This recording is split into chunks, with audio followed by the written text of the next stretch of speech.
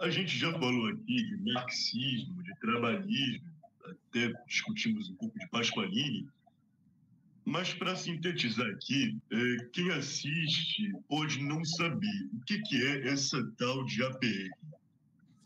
Ótima pergunta e obrigado por me dar a possibilidade de explicar. A Ação Popular Revolucionária é um dos mais consolidados núcleos de base do Partido Democrático Trabalhista. Antes de explicar o que é a Ação Popular Revolucionária, eu acho que é importante explicar o que é um núcleo de base, porque talvez tenham pessoas que estejam assistindo e que não são do PDT ou não são do movimento trabalhista, então talvez não entendam muito bem o que é um núcleo de base. Vamos lá. Núcleo de base é a estrutura fundamental do Partido Democrático Trabalhista desde que ele foi fundado, desde o processo de fundação do partido. Eles são feitos de forma a lembrar, né, o histórico do Grupo dos 11. O que era o Grupo dos 11? O Grupo dos 11 eram os movimentos, né, uma espécie de coletivo ou células que, na verdade, estavam ali para tentar resistir ao golpe militar de 64. Eles foram organizados pelo Brizola.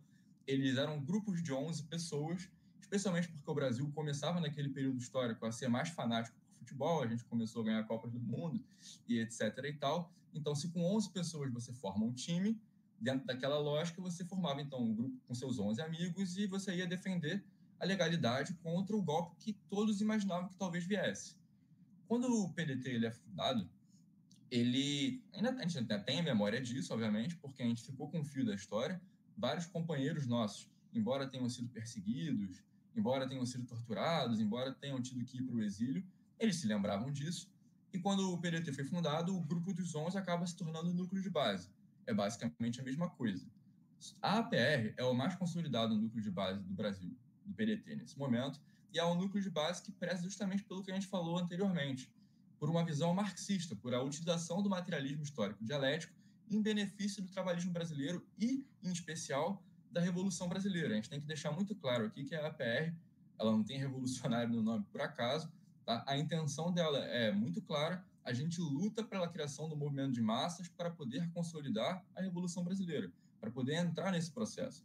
A gente sabe que isso é algo que não é assim para amanhã, isso é um processo de médio e longo prazo, isso envolve disputar a hegemonia intelectual, hegemonia moral da opinião pública, isso envolve fazer muito trabalho de base, isso envolve conquistar mentes e corações ao redor do Brasil, para a nossa perspectiva e para a nossa visão de mundo.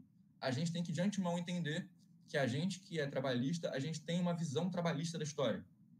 Eu gosto muito de utilizar os ensinamentos de um teórico marxista chamado Walter Benjamin, que ele vai dizer que existe uma dialética da lembrança e do esquecimento operada pela classe dominante contra a memória popular. Então, todo o processo que ocorreu de 22 e que vai fazer a gente chegar em 1960, 1964, meio que no ápice, no clímax, né, dessa conscientização, dessa consciência política da classe trabalhadora brasileira, foi apagada pelo processo da ditadura militar. E uma das grandes funções da APR é que a gente retorne com esse fio da história, para que a gente possa disputar a hegemonia da opinião pública quanto a essa visão da história. A APR, inclusive, aceita filiados que não necessariamente sejam do Partido Democrático Trabalhista. A gente está aberto ao diálogo com os mais variados setores da esquerda nacional. A gente, hoje em dia, tem diálogos com comunistas, a gente tem diálogos com socialistas, de diferentes matizes, inclusive alguns que a gente não imaginaria a priori. A APR só cresce, inclusive, é interessante destacar isso. Nesse momento, a APR está se interiorizando cada vez mais pelo Brasil e ela está em vias de conseguir uma presença nacional. Ela já tem projetos sociais relevantes, como no Rio de Janeiro, a gente tem um projeto de ensino de xadrez em comunidades, a gente já tem uma perspectiva de ter um grande curso de formação nacional política, né, que a gente já começou, inclusive, a divulgar, a gente em breve vai explicar quem são as pessoas que vão palestrar. A gente sabe que muita gente legal vai vir falar com a gente, vai dar aula e etc. Então, mantenham-se atentos e, poxa, façam parte da APR. A APR é um movimento sério. Maravilha, Daniel. Seguinte, eu já ouvi dizer que a APR ela tenta conciliar o que é inconciliável. Já nos acusaram até de alquimia ideológica por conta do marxismo. A minha pergunta é: cabe marxismo no trabalhismo brasileiro, Daniel? Essa é uma boa pergunta e a gente que é da APR, a gente que é do PDT, e é mais à esquerda e tem, obviamente, fortes influências do marxismo, a gente acaba tendo que responder bastante isso. Eu diria que a gente pode dividir a resposta para essa pergunta em 3 aspectos.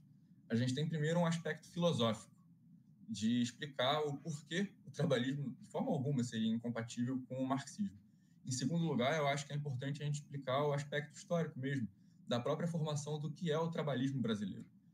Do ponto de vista filosófico, não existe nenhuma contraposição grande entre o marxismo e o trabalhismo, porque o trabalhismo, em primeiro lugar, ele não tem um método de análise filosófico fechado.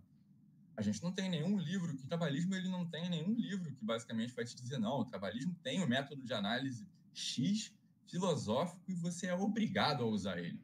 Pelo contrário, a gente vai ver que ao longo da história, na verdade, o trabalhismo ele se caracteriza como um movimento de cultura política que avança desde ali a Revolução de 30 até basicamente os dias de hoje. Então, desse aspecto filosófico, não existe nenhuma contraposição. O marxismo, o método do materialismo histórico e dialético, é uma forma de enxergar o mundo, é uma lente, é algo pretérito. O trabalhismo brasileiro, eu diria, ele tem um aspecto de identidade, ele tem um aspecto de linguagem, ele tem um aspecto de historiografia. Eu te diria que o trabalhismo brasileiro, em grande parte, na verdade, é muito compatível com o marxismo. A gente vai ver, inclusive, isso na história do trabalhismo, que é a segunda parte dessa resposta. Mas, vamos lá. Em 1922, a gente vai ter um fenômeno conhecido como tenentismo. A gente vai começar a ter as revoltas tenentistas.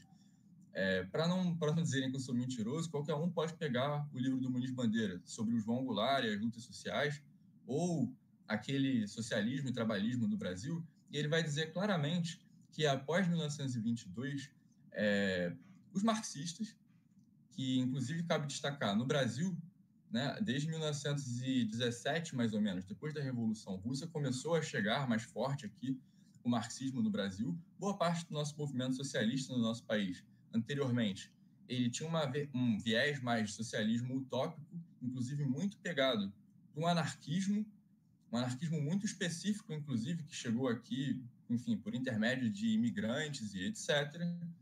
E depois desse período, quando o marxismo chega aqui, os primeiros marxistas vão entrar em debate com positivistas, militares positivistas em geral. E o próprio Muniz Bandeira vai dizer algo muito curioso. A posição dos positivistas quanto a isso era uma posição de empirismo. Por que o trabalhismo ele não é filosoficamente contraposto ao marxismo de forma alguma? O trabalhismo ele bebe muito dessa fonte do positivismo, mas não de qualquer positivismo, do positivismo brasileiro, no positivismo que se desenvolve especialmente no Rio Grande do Sul, mas não somente. Inclusive, eu acho até que vocês em algum momento vão escutar o nosso camarada Francisco Quartini de Moraes, e ele talvez possa explicar isso muito melhor do que eu. Mas, de qualquer sorte, o positivismo é uma ideologia que ele preza pelo empirismo. Então, os positivistas, tanto alguns dos positivistas do Rio Grande do Sul, quanto alguns positivistas militares, eles diziam o seguinte, olha, para mim não tem dogma, entendeu? Se provarem para mim que o que o marxismo está dizendo é uma ciência, eu não tenho nada contra. Eu não vou negar isso que está sendo posto, essa forma de analisar a realidade, entendeu? Pelo contrário, eu vou me apropriar dela. Era esse o diálogo. E ocorre que o positivismo, sobretudo esse positivismo gaúcho, acaba sendo muito influente na fundação do que foi o trabalhismo brasileiro. A gente sabe que o Getúlio Vargas, por exemplo, foi muito influenciado por isso, mas não somente. O próprio Leonel Brizola foi muito influenciado por isso. João Goulart foi muito influenciado por isso. O Alberto Pasqualini foi muito influenciado por isso. De tal sorte que eu diria que, do ponto de vista filosófico, a gente não tem nenhuma oposição ou nenhuma contraposição muito grande. Pelo contrário, são, na verdade, coisas que se complementam. A gente deveria interpretar exatamente como foi dito nesse livro. Se o marxismo ele serve para analisar a realidade, então, pelo contrário, a gente deve se apropriar dele. Tá certo?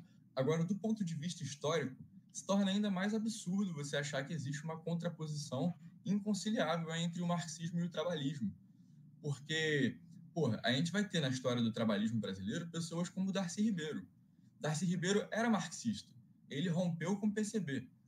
Beleza. Mas ele deixou de ser marxista por causa disso? Ele deixou de usar o método do materialismo histórico e dialético como uma forma de interpretar a realidade para ele? Claro que não. Ele continuou usando o método do materialismo histórico e dialético. Só que ele atrelou isso a uma historiografia de base trabalhista, a uma historiografia que não rejeita a Revolução de 30, a uma historiografia que compreende o processo que rolou em 45 como um golpe, a uma historiografia que compreende o suicídio do Getúlio como um dos períodos, né, de clímax da luta anti-imperialista no Brasil e tudo mais. E depois se torna ainda mais absurdo a gente achar que existe uma contraposição, porque o PDT ele foi fundado, em grande parte, por muitas pessoas que aderiram ao marxismo ou que eram marxistas. Então a gente vai ter o Teotônio dos Santos, a gente vai ter o Muniz Bandeira, a gente vai ter a Vânia Bambirra, e mesmo antes disso, a gente vai ter pessoas como o Nelson Werneck Sodré, que era um grande intelectual do PCB, que vai ser de grande valia para o trabalhismo e que, de certa forma, estava muito próximo do que a gente pensava. Então, não existe contraposição entre o marxismo e o trabalhismo, pelo contrário. Isso é algo que a gente aborda, inclusive, no livro, né, que você mostrou um pouco antes, de que, inclusive, é algo que a APR defende. A gente não deveria achar que existe uma contraposição entre o marxismo e o trabalhismo. A gente deveria investir nessa união entre o marxismo e o trabalhismo, porque quando você analisa a história do Brasil no século XX, do processo que vai ali de 22 até 1964, o que a gente tem é, na verdade, uma grande visão de mundo, tem um ethos, entendeu? Tem um espírito da esquerda brasileira do século passado, que é claramente uma união das formas de ver o mundo dos trabalhistas e dos marxistas. E, poxa, quando a gente pensa, às vezes até de forma nostálgica, né? Tem uma galera que às vezes entra numa nostalgia de boa mesmo era a esquerda do século passado. Se a gente acha isso, a gente acha que o que era bom mesmo era uma espécie de união entre o trabalhismo e o marxismo.